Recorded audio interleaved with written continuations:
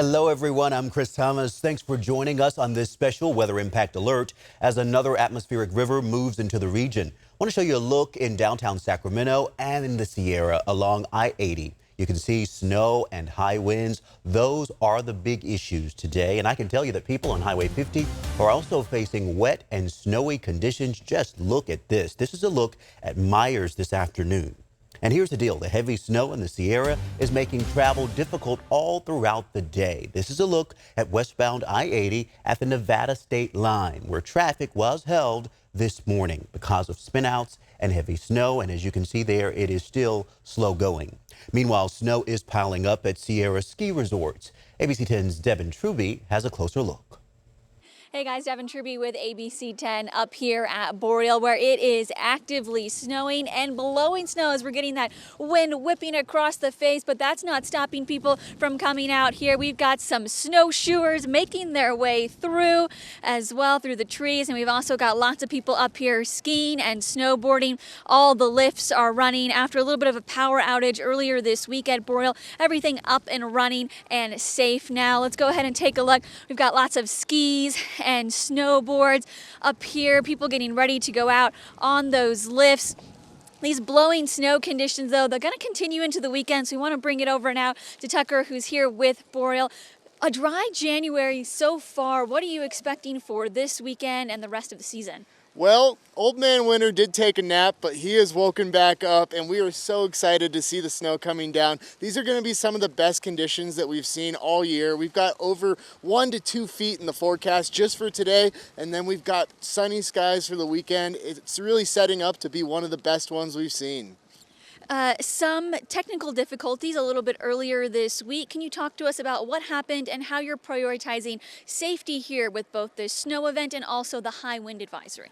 Yeah, so we always monitor those wind speeds because safety is the #1 concern for our guests and our employees here at Boreal. So we watch those wind speeds. Sometimes it dies down throughout the day and we're able to open those lifts back up, but sometimes it does shut you down for the entire day, and it's usually just our upper chairs. We were able to spin the ones down here in the base area throughout those storm cycles. And earlier this week was just a simple power outage. Everything's safe and ready to go for this weekend. That's right. With those winds, sometimes those power lines do come down, or trees can as well. I'm not really sure what happened in this last situation, but it did go down for all of Donner Summit. But luckily PG&E jumped on it and we were able to spin the lifts the next day. All right, thanks so much, Tucker. Well, they are excited to have people up for the weekend. Caltrans saying that Friday going to be the best day to travel as we're going to see a break from this snow system. And that'll be a nice time to go ahead and make your way up, but slow. Be prepared with chains, having those emergency things in your vehicle, snacks, blankets,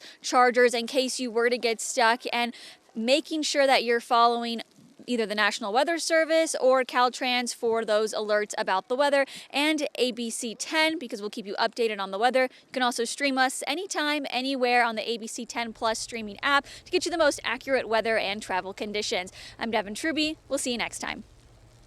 Okay, Devin, you be safe out there. Thank you. Here in the valley, this week's rainfall is filling creeks and streams. River levels are also rising. This is along the Sacramento River at River Road in West Sacramento. We also have a look at the Sacramento River at the Tower Bridge. You can see the difference in the levels between Tuesday and just today. Discovery Park is now closed, and that is because of the rising water. Keep in mind the park is designed to flood, and it will now be closed until further notice because of flooding concerns. Now, as those river levels increase, you'll start to see the Yolo Bypass area fill with water. This was the Yolo Causeway just this morning.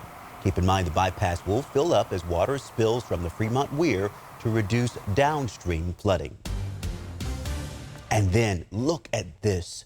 2 homes were hit by a 140-foot tall tree.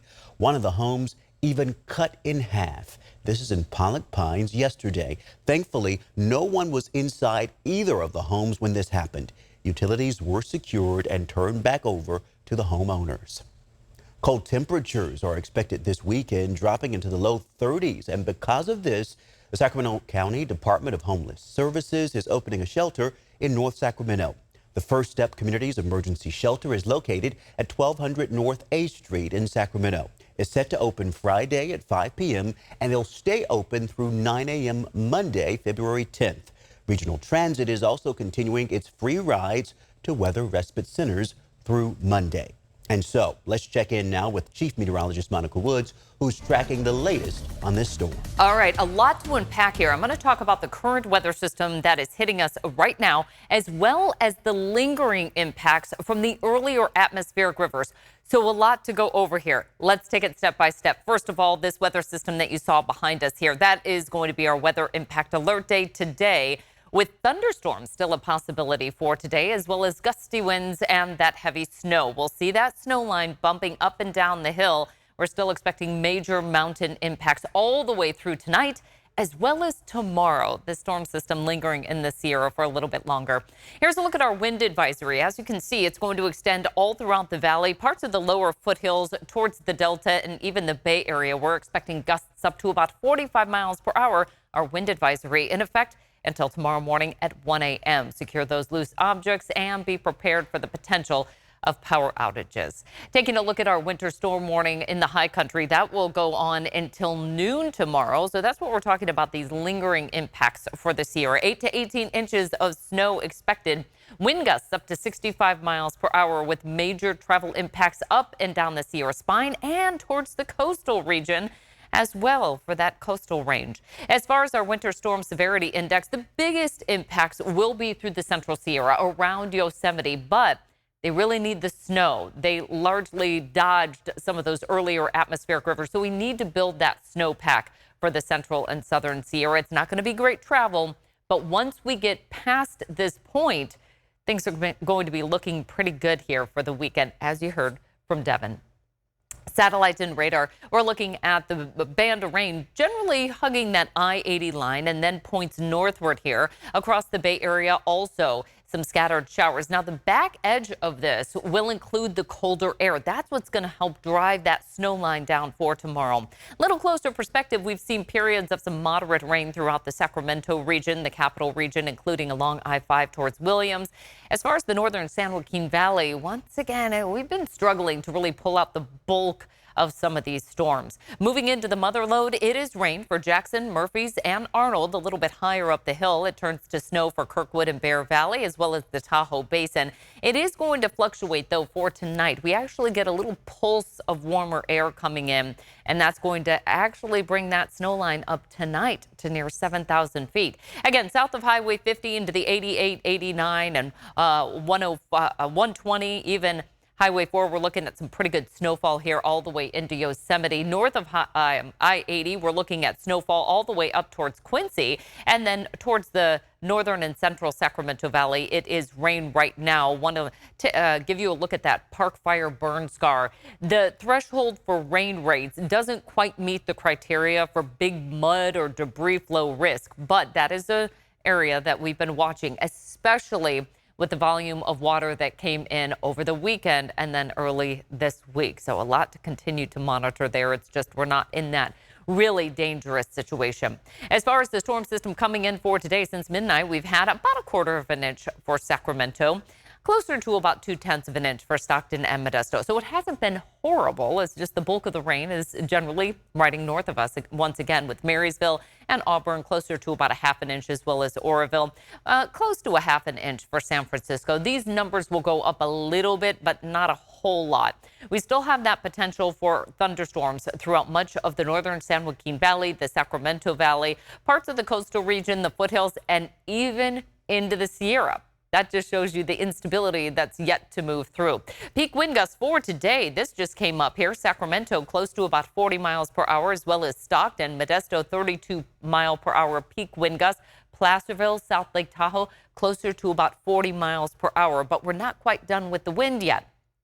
For tonight's commute, you can see those wind gusts still upwards of 30 to 35 miles per hour. The foothills getting in on some of that action a little bit later on into the afternoon and the evening, as we start to see periods of those wind gusts closer to about 40 to 45 miles per hour. Heading into the overnight hours, we actually see a bigger wind event developing on the east side of the valley towards the foothills and the Sierra, where those wind gusts will be closer to about 40 to 45 miles per hour. 50 mile per hour peak wind gusts potentially for South Lake Tahoe, right around 1 a.m. At that point, we'll start to wind things down and we'll close the gap on some of those peak gusts in the Sierra and even towards the valley. So a quieter start to our Friday morning commute and a little bit drier, but not completely dry. All right, let's talk about temperatures because this has been a situation that we've actually had to watch a lot closer with the recent storm systems that have come through. The snow line's been running high and at times putting a large amount of water coming down the hill. So temperatures are in the 30s for the Tahoe Basin, kind of right at that threshold of seeing some snow at the Tahoe Basin. It's kind of one of those situations. It's a really cold rain just on the cusp of seeing that snow. You can see where we've already started to see the cold air working in. Marysville's at 44 degrees. We're 11 degrees warmer where we haven't seen the big pulse of colder air moving in yet, including Sacramento, Elk Grove, Stockton, and Modesto. So really that line hugging I-80 and points northward. A view across the region, Donner Lake, it is, say, slow going is probably an understatement. Look at this, just creeping along here along I-80, trying to make it up the hill. At Myers, it's that cold rain, so it's kind of slushy up there right now. We've got rain in the capital region. I-5 near Sacramento International, that too, slow going. Oh, if you have a flight out today, it's just one of those days, can't be running late. And then Biz 80 at Exposition, also slow going. That's always a trouble spot anytime there is rain in the forecast and actually coming down. Futurecast taking us through the evening commute. Just some spotty showers here. Looks like our best chance of thunderstorms will actually be in the central Sacramento Valley through at least the early evening. But one thing I want to point out here is look at what happens to the snow line. When we're in the warmer sector of the storm before that cold air gets in, we start to see more of a mix, a bit more widespread through that 80-50 corridor and then up north of I-80. Places that are currently seeing snow will actually start to see some rain. And then it flips as soon as that cold air works in. So tomorrow morning, it is a snow event. If you're thinking, oh, I want to get an early jump on the slopes, I would think again before you head up too early on Friday. The best chance to get up there with some dry weather will actually be later on in the day. And you can see how the rain is still lingering into our forecast early Friday, starting to wind its way down during the afternoon. And by the evening, things are moving smoothly up there in the high country, at least for weather. We don't have a whole lot of precipitation left to go. It's just about 1/4 of an inch or so throughout the valley. So our totals will come in at about 1/2 inch by the time all is said and done. About 1 inch to 1.5 inches for the foothills. It's been a much bigger player for this year, and we're expecting still to see a lot more snow coming in. Just through 6 a.m. tomorrow, about 1 to 10 inches of additional snow. But as I mentioned, that snow line kind of going up and down the hill. So we'll call for that weather impact alert at least through tonight, early tomorrow morning. Our snow line about 5,000 feet early today, up to about 7,000 feet overnight, then back down to about 5,000 to 4,000 feet for tomorrow. 7,000 feet is still going to put snow on the passes. Just be prepared to have those chains. This is on the heels of a pretty good snowfall Monday and Tuesday, 10 to 30 plus inches at the ski resorts. That's why they are preparing for big amounts of people on the slopes. I would be prepared to just wait in line for those lifts because a lot of people want to hit that fresh powder, especially after what's going to come in overnight tonight through early tomorrow. Okay, now let's talk about the impacts of this rain. 5-day rain totals. Redding, 10 plus inches of rain. It's still raining there, by the way. So this was as of yesterday.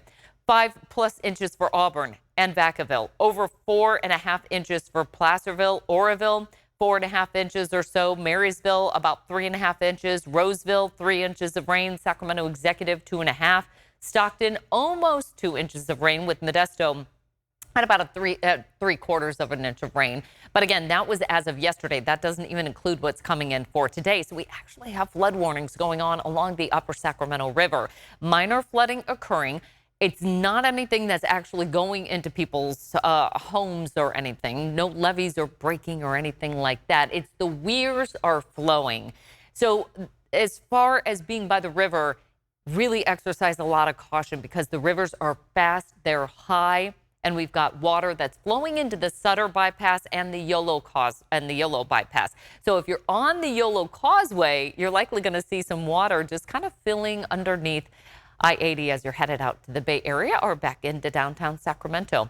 Here's a look at kind of a general overview of what we've seen with our rain totals from a series of atmospheric rivers. And keep in mind that Friday, Saturday, and Sunday storm, that one storm was very warm, so it put a lot of water in the higher elevations. Gravity is going to take it downhill, and everything moves into the valley. So we're continuing to monitor those rising river levels. Our statewide precipitation, all of this is good news in general. We're starting to see some of those deficits erode slightly. The biggest winner in all of this water season so far is the extreme northern part of California, with Redding almost 10 inches ahead of where we usually are.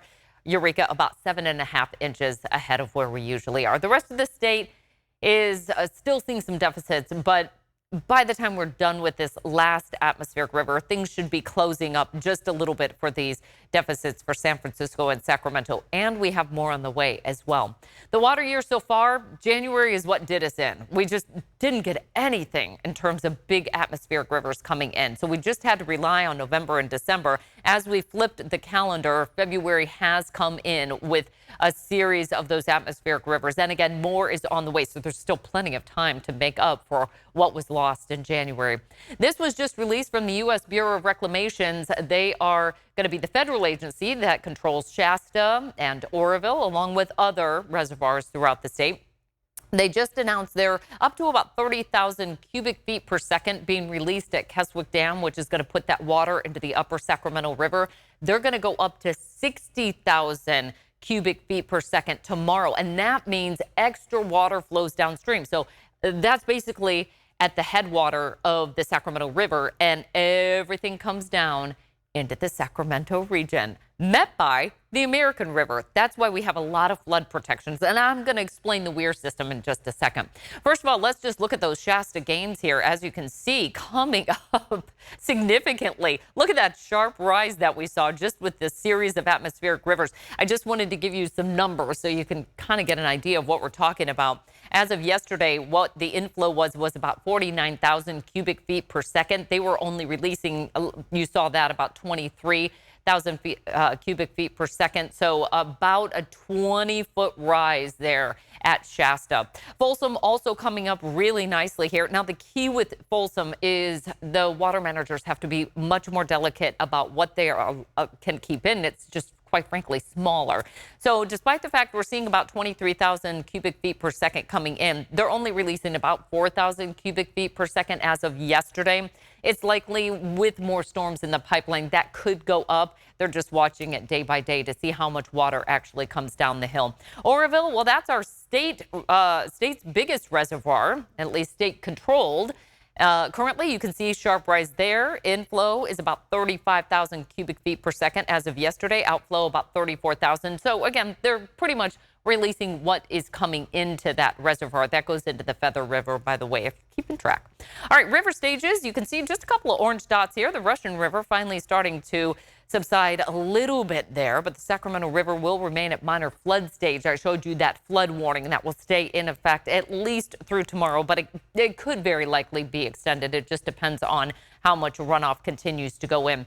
So here's a look at our flood protection Weir system. Even folks that have lived here their entire life still don't completely understand the Weir system. Some of them are passive, and the water reaches a certain amount, and the water just kind of flows through these gates into areas that are made to be floodplains. And then we've got some that are going to be manually operated. The only one that we have here on the Sacramento line is going to be the Sacramento Weir. I actually spoke to the California Nevada River Forecast Center, and they said they do not anticipate, even with more storms coming, to open those gates. It's always kind of cool to watch them open the gates. Believe it or not, they're still hand cranked, so it's kind of going back to the old times there, but they are not expecting that to happen. Here's why the Fremont Weir, one of those passive weirs, is actually flowing, naturally flowing. It's passive again. It just reaches a certain stage and starts to flow. It's above that monitor stage. It's expected to crest by Saturday, and then we'll kind of stay at that line. As I mentioned before, too, everything upstream goes downstream, kind of meets in the Sacramento downtown area. I Street Bridge is one of the monitoring stages, and it's expected to stay not only below flood stage, but below monitor stage as well. It's come up several feet, but it's expected to crest on Saturday about 24.49 feet. The California Water Conveyance System, if you haven't been confused enough by the WEIR system, we get into the Water Conveyance System, which is massive. We go from the northern part of the state where we have Shasta. As I mentioned, that's the headwater that takes the Sacramento River right into downtown. Folsom, by the way, releases into the American River. So those two meet at Discovery Park. We talked about the flooding there already. Eventually, that makes it out to the Delta. The Delta pumps, this also just out from the U.S. Bureau of Reclamation, are operating at full capacity. So that's what sends water through the Central Valley to folks that need it, all the farming and agriculture that go on there. And then eventually get the California Aqueduct taking water all the way into Southern California. So we are watching it all. It is busy, to say the least. All right, here's a look at our reservoir supplies. A lot of folks are wondering about this. We're at about 80 to 90% of capacity, well over average. So water managers are trying to keep as much water as they can. There are federal regulations that only allow for a certain amount of water to be held, but they're trying to do their best to hold on to it because, as we know, the rainy season comes to an end, and it's all about dry and hot weather. New Melones, Don Pedro, Millerton, looking pretty good. Millerton's kind of the one that's a little bit lower right now because our snowpack and the rainfall just really hasn't been hitting that part of the state. We're at 114% of average for the Northern Sierra, almost 90 for the Central, and the Southern Sierra at least above 50% right now, bringing our statewide average up to about 75%. Looking pretty good there. Our storm timeline, we get a bit of a break over the weekend with morning frost, but the rain and snow making a return. We have a very active Pacific. Again, this is the time of year we typically see that. It's just it kind of was so dry in January. It's nice to see that things are picking up again. Friday, we still have some lingering showers, impacts for the Sierra. Frosty conditions over the weekend. Now, that's a big thing to keep in mind because this next weather system moving in is once again going to be favoring our snowpack. That's what we want. That's our savings account of water through the summer. And as you can see, it's not an atmospheric river. There's no connectivity into the Pacific here of that plume of moisture. It's going to just shoot right down over towards the Sierra. But then we get another, it looks like atmospheric river coming in by next Thursday. Along with that, we're already going to have that cold air in place. This could be a really good snow, low snow coming in next week. We'll have that patchy frost. Get ready for some frosty mornings all the way into early next week with a likely cooler setup in the 8 to 14 day climate outlook, but also potentially likely wetter.